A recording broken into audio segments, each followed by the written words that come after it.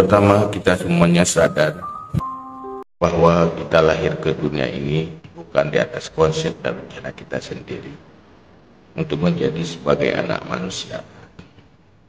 Yang namanya manusia adalah satu makhluk yang unik, yang berbeda dengan yang lain, di mana diciptakan untuk selama-lamanya.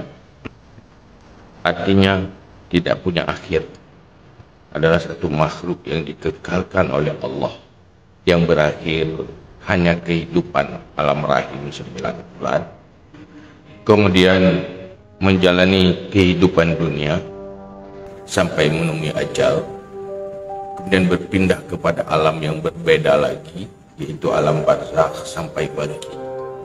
Maka manusia punya kewajiban yang diembankan berupa amanah oleh Allah yang tidak diembankan kepada yang lain. Ada satu-satunya makhluk yang akan bertanggung jawab terhadap kehidupan dunia yang dijalani. Maka Allah dalam Al-Quran menyatakan, afahasibtum annama khalaqnakum abasa. Apakah engkau menyangka bahwa aku ciptakan dirimu itu main-main? Tidak. Makhluk yang paling serius diciptakan adalah manusia. Maka kalau tidak serius menangani kehidupan dunia ini, akan jadi sumber malapetaka bagi akhirat. Sehingga Allah mengutus Rasul untuk membimbing manusia supaya jangan sampai jadi malapetaka bagi akhirat, supaya mereka mampu bagaimana menjalani kehidupan ini menjadi perjalanan menuju kebahagiaan dan keselamatan. Maka para ulama merumuskan dari apa yang telah dibimbing oleh Rasulullah SAW, baik lewat wahyu atau lewat hadis Rasulullah SAW, bahwa sumber kebahagiaan manusia ini ada 3. Satu yang paling utama, pertama yaitu nafsiyah, menyangkut dengan jiwa dan kepribadiannya. Maka hal yang paling utama, modal untuk manusia bahagia abadi dunia dan akhirat adalah iman. Maka Rasulullah 13 tahun pertama di periode Makkah, Rasulullah memperjuangkan iman. Tidak ada kewajiban amal-amal yang banyak, tidak banyak perintah-perintah amalan, tetapi mengutamakan kepada tauhid, memperbaiki keimanan. Periode Madinah itu baru banyak tentang amal. Maka oleh karena itu, sumber kebahagiaan manusia yang paling utama adalah hatinya, kepribadiannya, atau dalam istilah yang lain nafsiyah. Tidak cuma akhirat, kesuksesan manusia di dunia juga hatinya, kepribadiannya, akhlaknya.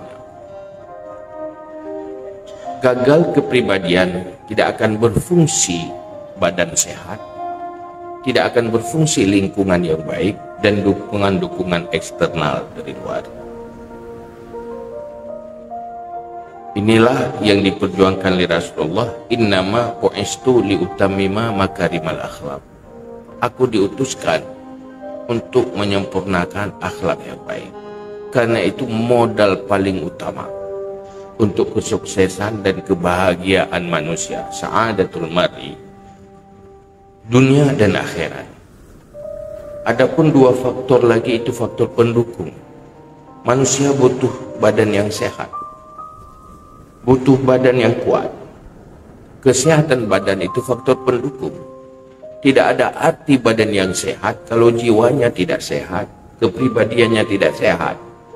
Tetap dia akan gagal baik dunia ataupun akhirat. Yang ketiga, baru faktor di luar dirinya sendiri, yaitu faktor lingkungannya. Suksesnya seorang manusia dimulai oleh bagaimana kondisi lingkungan rumah tangganya. Itu faktor pendukung.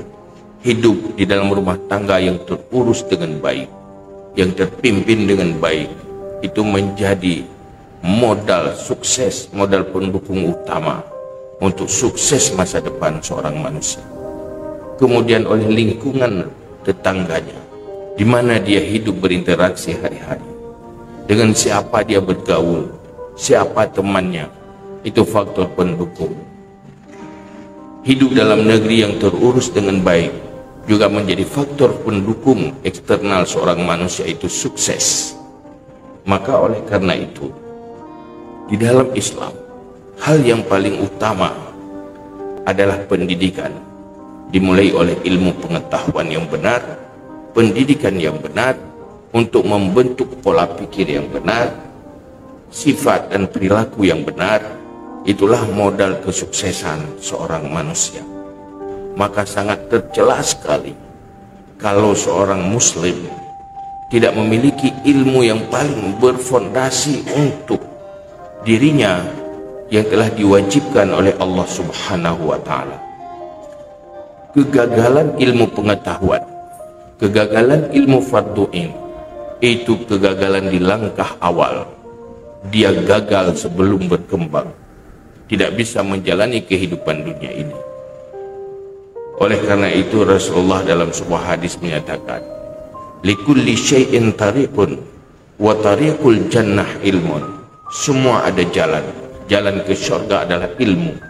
Ilmu yang diwarisi oleh Rasulullah, yang wajib-wajib, menjadi malapetaka apabila gagal dalam ilmu itu. Gagal ilmu yang berkaitan dengan standar iman minimal, gagal ilmu yang berkaitan dengan ibadah, gagal ilmu tentang tahu halal haram di dalam muamalah dan interaksi antar sesama manusia, gagal ilmu dalam membentuk sikap perilaku hatinya dari sifat-sifat yang buruk.